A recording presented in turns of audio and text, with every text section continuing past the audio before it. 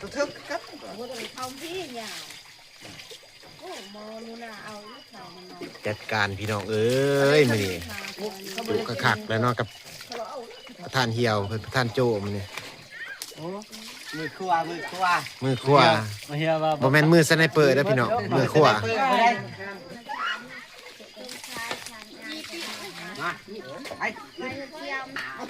กำลังเลิกแต่เวียกแต่งานปูนติดหน้าติดตาพี่น้องเอ้ย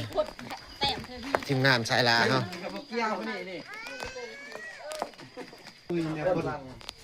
บ่มีหิน จัดการพี่น้องเอ้ย เอามาจิ้มอีกโอ้ ทีมงานสายลาเฮา สั่งมาให้ตั้งเสียเงินเสียครับ ยายนายพานซ้ำมื้อนี้ม่านบ่ โอ้ตะกนมัน ม่านปากม่านปากแต่ก็ว่าม่านปาก มันปากนี่มันปากมันพลาดยังมี โอเคพานใหญ่ มั เฮาน กว่าเพิ่นนี่ บ่มีหิน เอ้พี่น้องใครอยากเห็นหัวที่ว่าผลงานที่ว่า อันนี้จะไปเอาแขนยาวแต่น้องเพิ่นอยู่หิง มาเบิ่ง จะ กั ถ น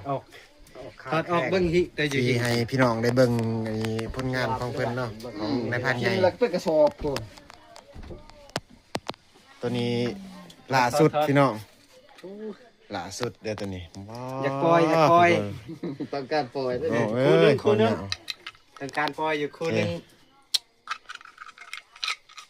สนใจ งามเลย งามขนาดพี่น้องเอ้ยความยาวเรียกว่าโอ้สีเล็กแค่นี้นี่คักๆพี่น้อง ตัวเขาเอาไปนี่ นี่ผลงานของเพิ่นนะบ่ให้เว้าเลยนับจนว่าบ่ทั่วเลยตัวนี้ผลงานล่าสุดเนาะพี่นี่ ติดขึ้นเบิ่ง